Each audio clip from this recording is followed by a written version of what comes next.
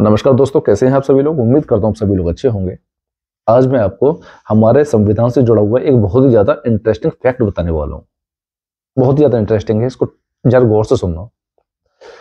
ये वाला फैक्ट जो है इसलिए दिमाग में आया क्योंकि मेरे एक दोस्त ने मेरे से ये पूछ लिया था। बोले एक बात बताओ, हमारा जो देश है उसकी जो राष्ट्रभाषा है वो हिंदी में है, फिर हमारे जो हाई कोर्ट और सुप्रीम कोर्ट के जितने भी लीगल पेपर्स आते हैं वो इंग्लिश में क्यों आते हैं।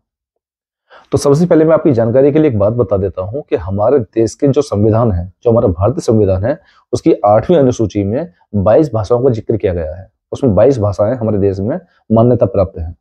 लेकिन उसमें भी ये नहीं दिया गया है कि हमारी जो हिंदी लैंग्वेज है वो हमारी राष्ट्रभाषा है। हमारे देश की कोई राष्ट्रभाषा नहीं है। दूसरी बात, उसमें जो 8वीं अनुसूची में जो 22 भाषाएं दी गई हैं उसमें इंग्लिश जो लैंग्वेज है उसका यूज ही नहीं हुआ है। इसका मतलब जो हमारी इंग्लिश लैंग्वेज है वो एक फॉरेन लैंग्वेज के रूप में मानी गई है। उसके बाद भी हमारे जो हाई कोर्ट और सुप्रीम कोर्ट के जो पेपर्स आते हैं, जो लीगल पेपर्स होते हैं, वो सारे इंग्लिश में आते हैं। ऐसा क्यों होता है?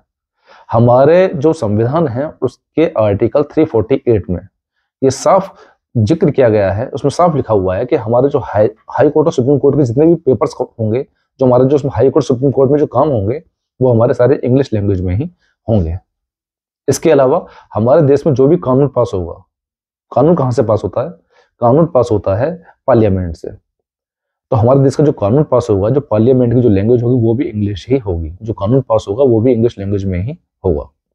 तो कितना ज्यादा इंटरेस्टिंग फैक्ट है कि हमारे देश में जो हमारा संविधान है उसकी 8वीं अनुसूची में 22 भाषाओं का जिक्र है, जिसमें इंग्लिश लैंग्वेज है ही नहीं।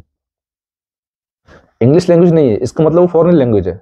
लेकिन हमारे ही संविधान में आर्टिकल 348 में ये दिया गया है कि हाई कोर्ट और सुप्रीम कोर्ट के जितने भी पेपर्स होंगे वो सारे इंग्लिश में होंगे। जो हाई कोर्ट और सुप्रीम कोर्ट का जो वर्क होगा पूरा इंग्लिश में होगा। इसके अलावा हमारे देश का जो कानून पास होगा, जो पार्लियामेंट से कानून पास होता है, वो भी हमारा इंग्लिश में ही होगा।